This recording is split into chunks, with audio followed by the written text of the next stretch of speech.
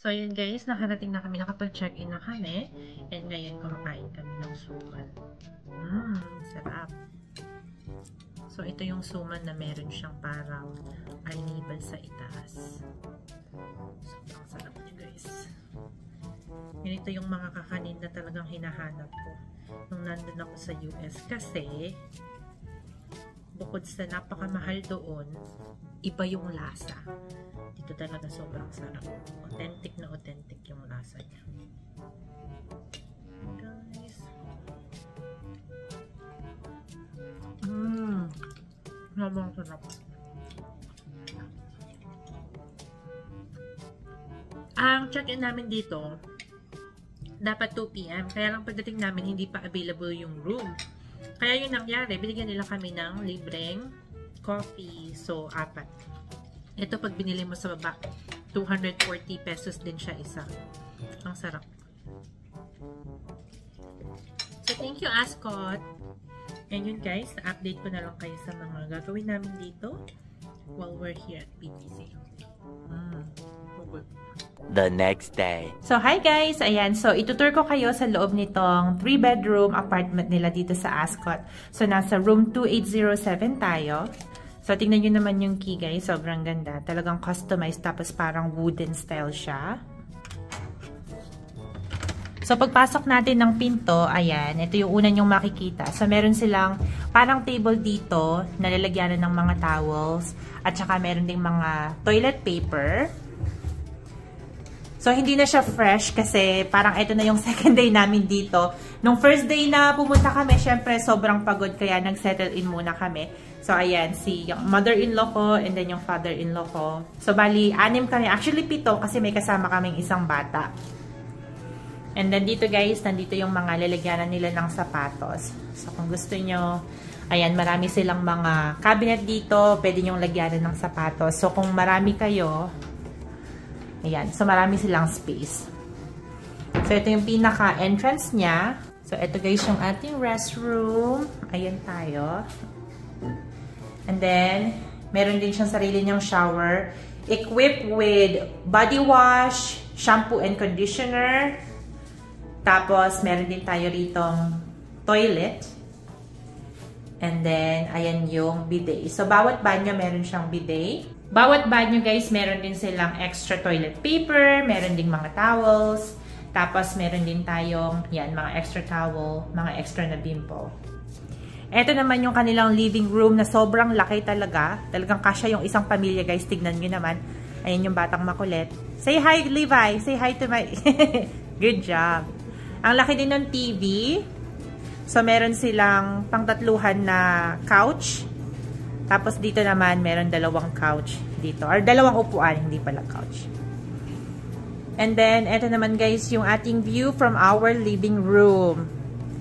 Ayan. So, sobrang ganda. Kitang-kita mo yung mga street dito sa BGC, guys. Show them, Levi! Are you happy? Yes. Okay. Ito naman yung kanilang dining area. So, pang-animan siya. Tapos, ito, glass table siya, guys. Ang ganda. Napaka-sleek looking. Hindi nyo na rin problema yung tubig kasi kasama na dito yung tubig. So, meron sila ditong water dispenser. Merong hot, merong cold. Tapos, meron din sila ditong mga placemat. Kasi yung kitchen nila dito is a full kitchen. Tapos, may kasama na yung mga lutuan, mga plato, mga ganyan. So, papakita ko sa inyo. Ito yung kitchen nila. Meron ng laman kasi medyo namalengke kami. Ayan. Meron din tong kasamang dryer and washer. Pero yung load nito up to 7 kilo lang. So, kung gusto nyong magpalaba, meron din naman silang option na ganon. Meron din tong kasama na fridge. Pero tong fridge, hindi man namin nalagyan ng laman. Bumili lang kami ng ice cream. So, ito yung kanilang, aming ice cream. Ayan. And then, dito, wala ring laman. Pero, pwedeng lalagyan ng prutas. Meron na rin siyang kasamang water kettle, initan ng tubig. Tapos, yung coffee nila dito, yung mga sugar, ayan, nire-refill yan every time na may papasok dito na housekeeper. Tapos, meron na rin silang microwave, guys. Feel nyo na magluto, meron din sila ditong oven.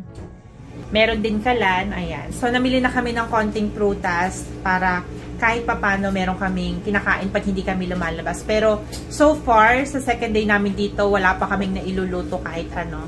Yan, bumili rin kami ng bigas. Kasi meron din sila ditong rice cooker. Tapos, ito mga Filipino snack na talagang sobrang love namin dahil nga sa US medyo pricey din yan. Ito naman yung kanilang rice cooker at saka meron din sila ditong bread toaster. At huwag niyong problemahin yung paghuhugas ng plato kasi meron sila ditong dishwasher. So guys, ayan. Nagamit na namin ng 2 beses kasi bumili kami ng kakanin tapos nagtinang konti. So ayan, nagamit na siya. Ito naman yung mga cabinet nila. So dito, nandito yung mga baso. Sabi ko nga guys, hindi nyo na kailangang bumili or magdala pa ng mga plastic cups or kaya ng mga plastic na plates kasi meron na dito. Provided na rin yung panghugas ng plato, pati na rin yung pinaka-scrub. Yung Safeguard, binili namin yan. Ayan, so may mga bowl din dito, mga plates. Ito, more plates. Ito naman, empty cabinet. Then, meron din tayong mga kutsara at tinidor. So, yung mga silverware. Ayan, guys. So, meron na sila ditong knife, meron ng kutsara, tapos mga serving spoon, tapos may mga tinidor na din. And then dito naman, nandito yung kanilang pambukas ng delata, pambukas ng mga in-can, pang-peel ng mga prutas, or kaya vegetable. Meron din ng kutsilyo, pero yung kutsilyo nasa sink ngayon kasi ginamit ko. And then dito naman, kung feel nyo na mag-bake or kaya gusto nyo talagang magluto, all out kayo, magpirito, ayan, nandito rin yung mga utensil nila.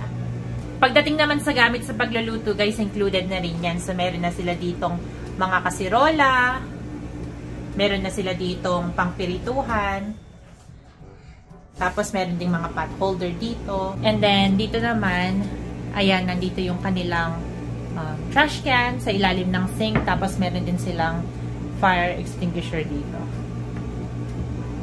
Sa laundry nila guys, ayan, so provided naman nila yung mga soap. Kung gusto nyong mag-request ng soap, pwedeng-pwede. And then tignan natin kung ano yung nandito sa pinakataas. Ay, nandiyan pala yung Safeguard namin. Safeguard, famous na. Ayan guys, so ito yung kanilang bed. Ito yung master's bedroom. Yan, so as you can see, sobrang laki ng kama. King size bed, kasya yung 4. And then dito naman, meron silang phone. Tapos, meron ding night light. So, ikot tayo. So, 2 yung nightstand nila. Doon guys, may gamit. May bag. Meron ding upuan dito. Tapos, meron din silang desk and meron silang chairs. So, just in case na meron kayong mga work from home na kailangan tapusin. So, malaki yung space nung kanilang lamesa. And of course, may TV din na sarili. And check naman natin yung view from the window. So, ito yung ating view from the master's bedroom. Dito naman sa side na to, nandito yung kanilang napakalaking banyo.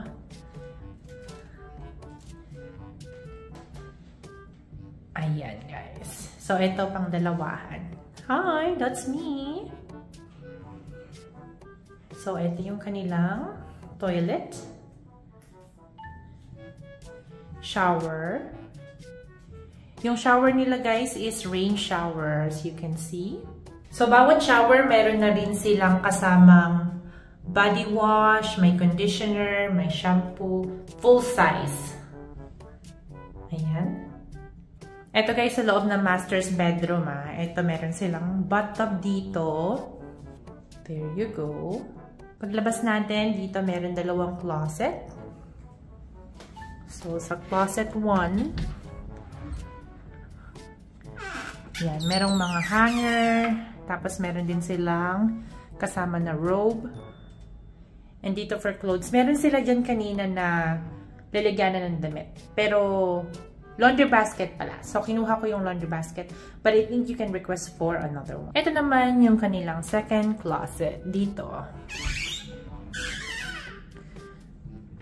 So, yung second closet, meron naman siyang kasamang plancha.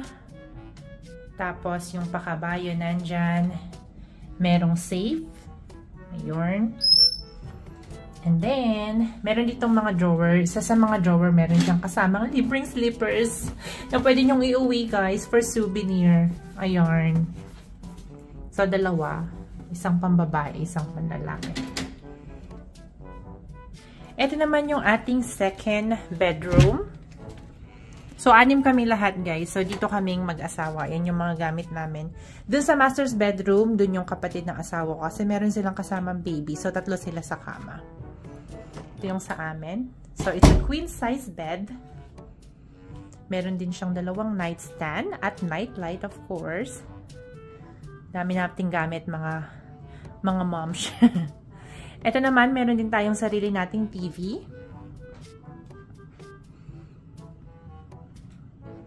Ito naman, guys, ang ating view from our room. Ayan. Meron din kaming closet.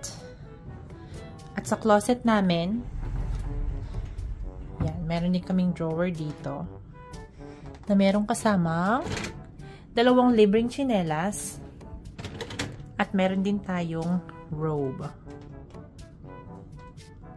Ito, guys, yung sinasabi ko yung laundry basket na nasa loob ng master's bedroom, kinuha ko. Ayan siya. Ang laki-laki niya. So, nandito kami ng 4 nights and 5 days. Medyo matagal-tagal. And ito naman yung ating banyo dito sa ating second bedroom. Ayan tayo, guys. So, ang dami rin itong towels nito. Tapos, meron silang lotion. Meron din silang mga toothbrushes. Ayan, mga shaving cream kung nakalimutan yung magdala. Sa master's bedroom, meron din siyang ganito. Hindi ko lang naipakita. Meron tayong pahalaman dyan. 2 baso. Yung banyo nito, much more smaller kaysa dun sa master's. Pero, malaki na rin siya. Ito yung toilet. Ito naman yung ating shower. And katulad nung sa master's bedroom, rain shower din siya. Ayan. At then, meron din tayong mga shampoo, conditioner, and body wash. Ayan tayo. Meron din tayong full-size mirror para kung gusto nyo i-check yung OOTD nyo, guys. Ito naman, guys, yung ating third bedroom. Buksan natin yung ilaw para makita nyo. There you go. Sobrang ganda ng ilaw. Sobrang ganda rin ng ceiling. So, ito, guys, meron naman siyang 2 twin na kama. Meron din siyang sariling TV. Ayan. So, meron din siyang desk. O, mag-aral kayo dyan, guys. Kung gusto nyo. And, check din natin yung ating view. Ito yung ating view from our window. So, kita rin yung PSE. Sikat na siya, guys. At, ayan naman yung ating daan. Meron din siyang sariling closet. Buksan natin ang closet. Uy, may mga gamit na. Ito, guys, meron din siyang robe. At meron din siyang kasamang 2 slippers. Nagamit na siguro. So, sara na natin to. So, etong kwarto na to, guys, ito yung wala siyang sariling banyo. Pero meron ding banyo sa labas. At mas malaki yung naipakita ko kanina. So, guys, ito yung kanilang pool area here sa Ascot. Sobrang ganda at lawak.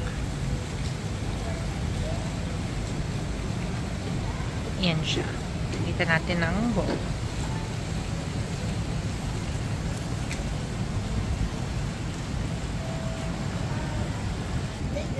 Ito naman yung pambata nila.